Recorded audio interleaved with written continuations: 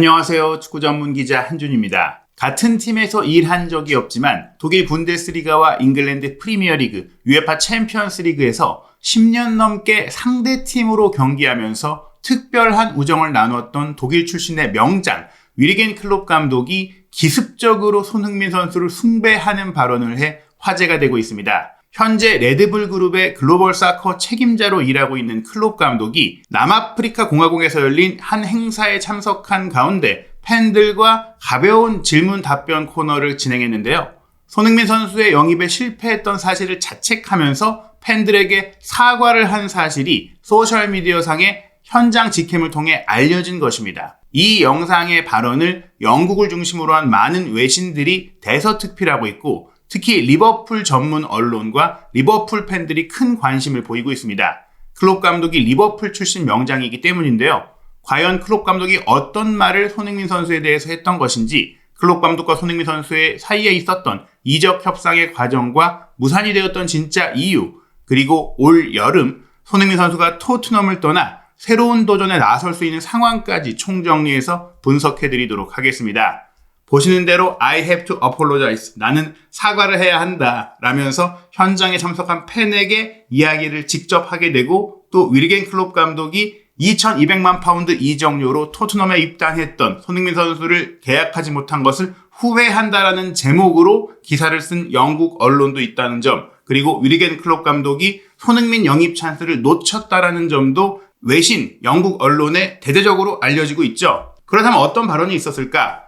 남아프리카 공화국의 케이프타운에서 열렸던 하우트베이 유나이티드 축구 커뮤니티의 10주년 기념 행사에 참석을 했던 겁니다. 역시 레드불 그룹의 책임자로서 여러 행사를 진행하는 과정에 아프리카까지 넘어간 것 같은데요. 그러면서 본인이 과거 감독으로 일하면서 영입을 하려고 했는데 놓쳤던 선수들에 대한 질문을 받았고, 그에 대해서 먼저 리버풀로는 데려왔지만 도르트문트 시절에도 사디오 마네를 충분히 데려올 수 있었는데 그 결정을 이끌어내지 못한 것에 대한 후회를 이야기하면서 도르트문트 팬들에게 사과를 해요. 이 자리에 많은 도르트문트 서포터들이 와 있는 걸 내가 봤는데 그들에게 사과하고 싶다. 그러면서 마네 영입 실패에 이어서 토트넘에 손흥민 선수를 영입할 수도 있었어요 라고 하며, 그 구체적인 시점이 당시에 그가 함부르크에 있었죠 라고 이야기하면서 훨씬 더 이전에 손흥민 선수가 레버쿠젠으로 가기도 전에 도르트문트 감독으로 맞상대했던, 자신을 상대로 멋진 골을 넣었던 어린 손흥민 선수를 도르트문트로 데려올 기회가 있었다고 고백을 한 겁니다. 그러면서 말씀드린 이 손흥민 선수가 토트넘 소속인데 그때는 함부르크에 있었다라고 하며 돌아보는데요. 왜 본인이 정확하게 손흥민 선수 영입에 실패했는지 이제는 기억도 나지 않을 정도로 오래전의 일이다. 그런데 그 일을 다시 상기하게 됐던 것은 그를 리버풀 감독이 되어 프리미어리그로 왔을 때 토트넘 선수로서 상대하면서 내가 생각을 했다.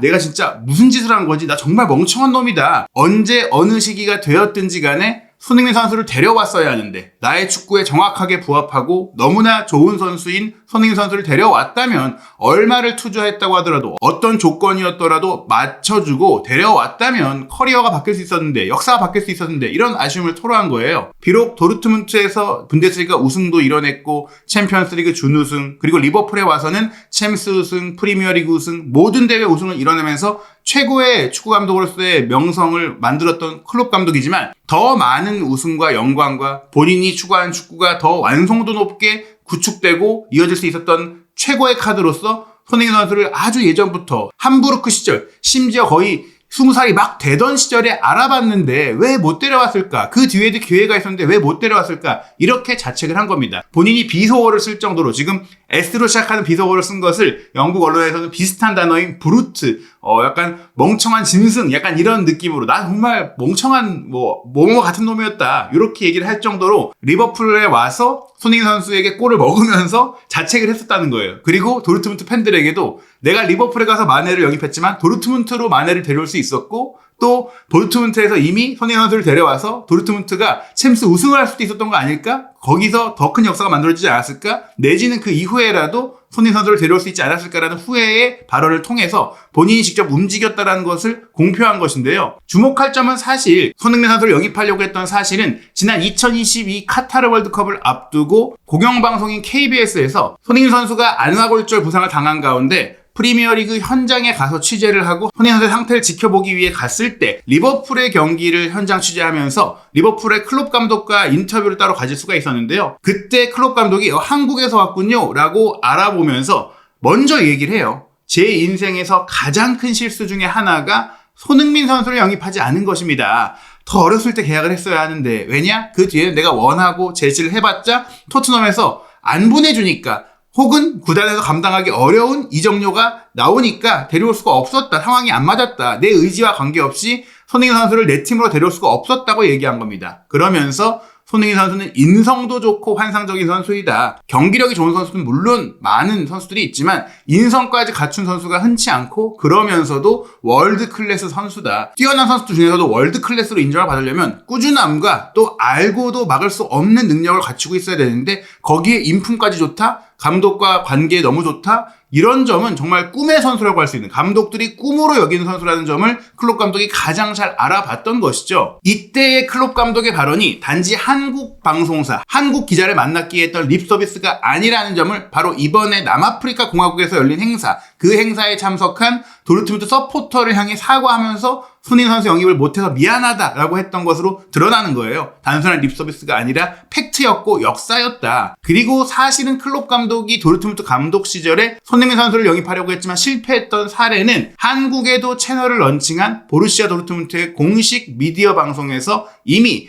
현재도 매니징 디렉터로 도르트문트의 선수 영입에 관여하고 있는 레전드 라스 리켄이 직접 밝히기도 했었어요. 당신이 기억하는 한국 최고의 선수는 누구냐? 또 한국 선수 중에 영입하고 싶은 선수가 있느냐라는 질문을 받았던 몇 년 전의 인터뷰에서 리들레, 리켄이 함께 출연을 해서 도르트문트의 레전드이자 현재 구단의 운영진으로서 일하고 있는 분들이 클롭 감독 시절에 실제로 우리 팀에서 손흥민 선수를 영입하려고 했었는데 불행하게도 이루어지지 않았다고 이야기를 하거든요. 함부르크에서 어린 나이에 이미 본인의 능력을 입증한 손흥민 선수에 대해서 많은 분데스리가 팀들이 접근을 했었고 그 팀 중 하나가 바로 함부르크와의 경기 손흥민 선수가 연달아서 7점을 했던 클롭 감독의 도르트문트였는데요. 그때 레버쿠젠도 오퍼를 했고 도르트문트도 오퍼를 했고 다른 팀의 오퍼도 있었는데 손흥민 선수가 그 당시에 팀을 선택할 때는 팀의 현재 순위, 위상, 그런 우승 가능성보다는 내가 꾸준히 경기를 뛰면서 성장할 수 있는지, 더 많은 기회를 받고 차근차근 올라갈 수 있는지였거든요. 부친인 손흥정 감독도 손흥민 선수의 성장을 위해 정말 중요한 건 좋은 팀에 가서 벤치를 달구거나 출전 문제로 고민하고 고생하는 그런 시간을 보내기보다는 본인이 계속해서 경기를 뛰면서 주도적인 역할을 하는 것, 그런 것이었기 때문에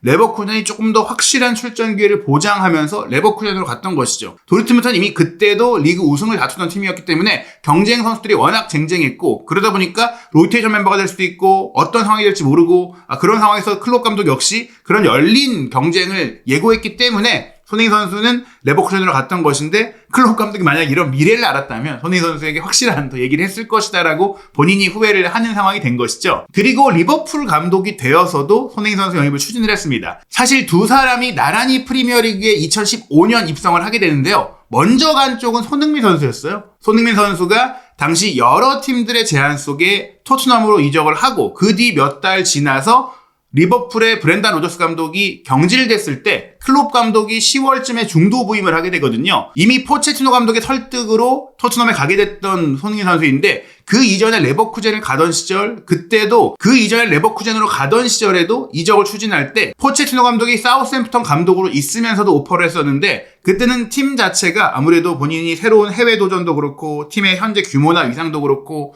또 포체티노 감독의 커리어를 봤을 때도 조금 끌리지 않았던 게 사실이었던 것 같아요. 조금 더 검증되어 있고 조금 더 본인이 익숙한 독일 무대 슈미트 감독의 레버쿠젠을 선택했었죠. 계속된 포체티노 감독의 콜 속에서 포체티노 감독이 본인의 능력을 확실하게 입증하고 나서 손흥민 선수가 포체티노의 오퍼를 수락하게 됐던 것인데요. 흥미롭게도 리버풀 역시 2015년 여름 클롭 감독이 중도 부임하기 전에 브렌단 로저스 감독 시절에 요청을 하면서 레버쿠젠에 손흥민 선수 영입을 제안했지만 손흥민 선수가 포체티노 감독에게 설득이 됐고 또 리버풀보다는 토트넘에서 주전 경쟁이 더 수월할 거라고 생각하며 토트넘을 선택했기 때문에 리버풀 이적은 무산이 되게 됩니다. 이때 손흥민 선수가 리버풀을 선택했다면 중도 부임했을 클롭 감독과 함께 할 수도 있었던 기묘하게 엇갈린 인연인 것이죠. 그 과정 속에 클롭 감독은 이미 토트넘에 와 있던 손흥민 선수를 상대하면서 반갑게 인사하고 또 나중에는 손흥민 선수가 초기에는 조금 고전을 했지만 리버풀의 킬러로서 자리를 잡게 되는 시점이 오잖아요. 그때부터 또 클롭 감독이 많이 손흥민 선수에게 따로 이야기를 하는 모습들이 포착이 돼요. 그러다가 토트넘이 정말 어려운 시기를 겪었잖아요. 중도에 콘테 감독이 왔던 시즌, 그때 토트넘이 챔피언스리그 진출권을 얻지 못했다면 리버풀이 영입을 하려고 했었다. 클롭 감독이 데려오려고 했었다. 토트넘이 그때 챔스에 못 나간다고 하면 대대적인 리빌딩, 아예 팀을 세 판을 짜려고 하면서 매각할 수 있는 빅스타를 내보낼 수도 있는 상황이 될 수 있다라고 봤고, 그래서 리버풀이 움직이려 했지만 극적으로 시즌 막판에 또 아스날과의 맞대결까지 승리를 하면서 콘테 체제로 토트넘이 4위를 차지하고 챔피언스리그에 나가게 됐고 또 손흥민 선수도 프리미어리그 득점왕을 차지하면서 더더욱 토트넘이 내줄 생각이 없게 돼버렸고 손흥민 선수도 토트넘에 남아서 한 번 더 좀 큰 도전을 해보자. 콘테 감독 걸 믿고 가면 여기서 뭔가 역사를 만들어낼 수 있겠다. 이런 생각을 하게 되면서 아예 이적 생각을 접게 됩니다. 그 일이 일어나지 않았다면 손흥민 선수가 리버풀로 가는 상황이 충분히 나올 수 있었던 것이죠.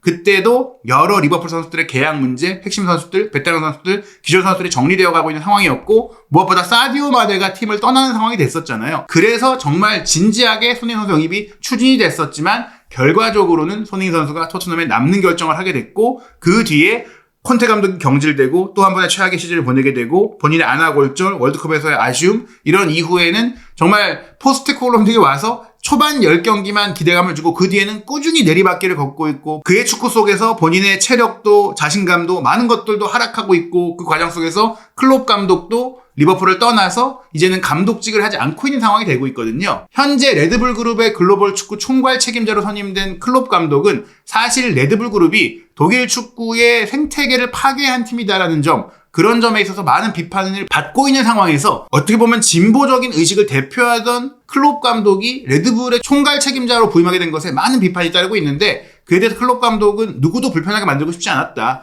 나는 내가 거쳐왔던 모든 구단들을 사랑한다고 했어요. 본인이 거쳐왔던 구단의 팬들이 자신을 비판해서 이런 말을 한 것인데 하지만 나는 모두가 행복하게 만드는 방법 모르겠다. 레드불 그룹에는 그들의 스토리가 있었고 내가 그 비전과 프로젝트를 들었을 때 나에게 아주 뛰어난 선택지였다. 나는 그들의 진심도 느꼈다. 나는 지금까지 축구 감독 경력에 있어서 굉장히 좀 지쳤고 조금 리프레시가 필요한 상태에서 새로운 시작을 원했고 다른 역할을 원했는데 이게 가장 좋은 기회였다라고 이야기를 합니다. 레드불 그룹이 전 세계의 많은 팀들을 운영하고 있고 그 모든 팀들에게 동시에 본인의 철학과 본인의 지식을 통해 기여하고 그들을 도울 수 있다는 거. 내가 감독으로 팀을 이끌고 가는 게 아니라 그 감독들까지 도울 수 있다는 프로젝트에 만족한다라고 얘기했는데요. 그러면서 내가 약속한 것은 레드불이 소유한 팀에서 감독을 맡지는 않을 것이라는 점. 내가 도와주는 팀의 감독이 어려울 때 내가 그 자리를 치고 들어가는 일은 안 생길 것이다. 그건 내가 분명하게 약속을 했지만 내가 다시는 감독을 하지 않겠다고 말한 적은 없다. 감독직에서 은퇴한 건 아니라고 말을 했거든요. 즉 레드불 총괄 책임자직에서 만약에 물러나는 상황이 조금은 빠르게 온다거나 혹은 그가 관여하는 팀들 중에서 손흥민 선수를 영입할 수 있는 상황이 되는 팀이 있다면 여기서 다시 한번 인연이 연결될 수도 있지 않을까라고 또 생각해 볼 수 있겠지만 현 시점에서 손흥민 선수가 토트넘을 떠난다고 했을 때는 레드불 산하팀은 사실 가장 큰 팀이 라이프치히인데 그 팀으로 가는 것은 손흥민 선수에게 별다른 메리트가 없다라고 봐야 되겠죠. 하지만 앞서 말씀드린 것처럼 클롭 감독이 경기 끝나서 손흥민 선수에게 얘기하고 농담하고 이런 장면들이 그냥 단지 서로 안부를 주고받고 침묵을 했던 게 아니라 영입에 대한 얘기도 주고받았다는 것이 본인의 발언을 통해서 알려졌기 때문에 올 시즌에도 유독 손흥민 선수에게만 다가와서 이야기를 나누고 그 얘기를 듣고 조금은 머쓱한 반응을 보였던 손흥민 선수의 모습을 보자면 영입에 대한 얘기가 충분히 오갈 수 있는 상황이었다고 저는 봅니다. 리버풀의 아르네 슬롯 감독이 손흥민 선수의 어깨를 잡고 아주 긴 시간이 아니었다고 하더라도 다른 토트넘 선수들과 인사를 할 경우에는 툭 치고 거의 1초도 안 된 시간이 지나가는데 뭔가 얘기를 나누고 듣고 반응하는 장면들이 나오고 과르디올라 감독 같은 경우에는 더 긴 시간 손흥민 선수와 이야기를 했거든요. 번리를 이끌던 시절 현 바이에른 뮌헨 감독인 콤파니 감독도 손흥민 선수와 꽤 깊은 우정을 나누고 서로의 관계가 있다는 걸 보여줬던 바가 있는데요. 그 외에 바르셀로나의 플릭 감독은 독일 출신으로 독일어도 능통하게 구사하고 너무나 자주 봤던 손흥민 선수에 대한 영입 관심을 갖고 있는 것으로 알려지고 있고 또 손흥민 선수의 인품과 플레이 스타일은 시메오네 감독, 아틀레티코 마드리드에도 적합한데 지금 그리즈만 선수의 향후 거취에 대해 여전히 물음표가 있기 때문에 미국으로 가서 황혼기를 보낼 거라는 얘기들이 계속 나오고 있기 때문에 이 팀들은 분명 손흥민 선수를 원하고 특히나 감독들이 손흥민 선수에게 호감을 갖고 있다는 점에 있어서 올 여름 이적 시장이 열렸을 때 리버풀, 맨시티, 바이에른 뮌헨, 바르셀로나, 아틀레티코 마드리드 같은 각 리그 최고의 명문팀들 또 챔피언스리그 우승을 노릴 수 있는 팀들과 손흥민 선수가 연결될 가능성은 충분히 있습니다. 다만 그러려면 손흥민 선수가 역시 강하게 본인이 이적을 추진하겠다는 마음을 먹어야 해요. 아직 토트넘과 1년 연장 옵션으로 인한 계약이 남아있는 가운데 손흥민 선수가 현재 온 정신을 몰두하고 있는 것은 올 시즌 우승을 거두는 것, 유로파리그에서 우승을 하는 것인데 16강 1차전 알크마르 원정에서 0대1로 패배하면서 어려운 상황이 됐죠. 하지만 3월 14일 금요일 새벽 5시 홈에서 열릴 2차전에서 2골차 승리를 거두면 8강에 올라갈 수 있고 다시금 팀의 동력을 살릴 수 있다라고 볼 수 있겠습니다. 그리고 이 대회에서 우승을 해야만 다음 시즌 챔피언스리그 진출권을 얻을 수 있고 챔피언스리그뿐 아니라 유럽 대항전 진출 자체가 현재 리그 순위로는 불가능해진 상황이잖아요. 카라바오컵과 FA컵에서 탈락한 가운데 최소한 7위 이상의 순위를 거둬야 다음 시즌 컨퍼런스 리그 진출이라도 노릴 수가 있는데 현재 토트넘의 승점은 33점으로 7위인 에스턴 빌라 45점과 12점이나 차이가 납니다. 강등권에서 사투를 벌이고 있는 울버햄튼이 17위인데 이 팀과 토트넘의 승점 차이가 10점에 불과하거든요. 이런 상황 속에서 토트넘이 리그 순위로 유럽 대항전 진출을 노린다? 이건 어렵기 때문에 유로파리그 우승을 못한다고 했을 때 다음 시즌 토트넘은 비대해진 스쿼드에도 불구하고 유럽 대항전이 없다면 또 컵 대회를 조기 탈락할 가능성까지 생각한다면 너무 오히려 선수가 많아진 상황이 되는데 어린 선수를 많이 영입해놨잖아요. 그렇다면 손흥민 선수의 필요성이 없어지는 것이고 지금 토트넘 팬들은 심지어 손흥민 선수의 1년 연장 옵션 계약한 거 레비 회장 책임져야 되는 거 아니냐, 너무 큰 연봉을 지금 활약하지 못한 선수에게 쓸데없이 낭비하는 거 아니냐, 손흥민 선수 주급 깎아야 되는 거 아니냐 이런 망발을 하고 있어요. 이런 상황은 결국 레비 회장 입장에서도 레전드인 손흥민 선수를 여름에 매각하는 것에 대한 심리적, 여론적 부담을 낮춰주게 됐고 손흥민 선수 역시 이적을 추진한다고 하더라도 팬들에게 비판받을 상황을 피하게 됐다라고 할 수 있겠습니다. 그래서 정말 중요한 것은 아제트 알크마르와 유로파리그 16강 2차전의 결과를 통해 토트넘이 8강에 가고 또 우승까지 갈 수 있을지 올 시즌 유로파리그 결과라고 할 수 있겠는데요. 과연 손흥민 선수가 올 시즌이 끝나고 나서 어떤 진로에 대한 중요한 결정을 내리게 될지 한준TV 구독, 좋아요, 알림 설정을 통해 영국 현지, 유럽 현지의 최신 보도, 독점 보도, 그리고 한준TV만이 확보한 독점적인 취재 정보 빠르게 확인하시기 바랍니다.